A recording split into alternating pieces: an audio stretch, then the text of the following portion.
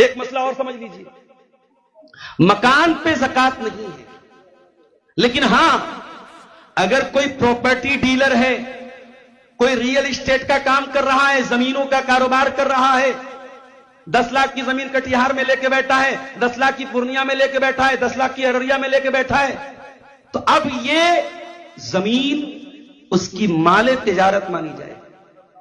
اور جس طریقے سے دکاندار اپنے مال کی زکات نکالتا ہے، ریئل اسٹیٹ کا کام کرنے والا جتنی زمینیں اس کے قبضے میں ہیں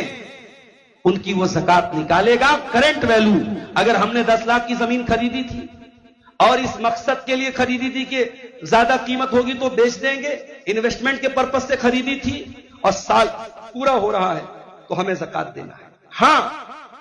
اگر ہم نے زمین اس لیے خریدی تھی ہمارے بچوں کے کام آ جائے، یا ہمارا مقصد کلیئر نہیں، ہم نے زمین خرید کے چھوڑ دی، ہم اس پہ دکان بھی بنا سکتے ہیں، مکان بھی بنا سکتے ہیں، بچوں کو بھی دے سکتے ہیں، اگر مقصد کلیئر نہیں ہے تو زکات نہیں دینا۔ اگر مقصد کلیئر ہے کہ آپ نے بزنس پرپس سے زمین خریدی تھی تو زمین کو بھی زکات، زمین پر بھی زکات آپ کو دینا پڑے گا۔ اور ایک چیز اور نوٹ کر لیجیے، اگر آپ کے پاس زمین ہے، گھر ہے،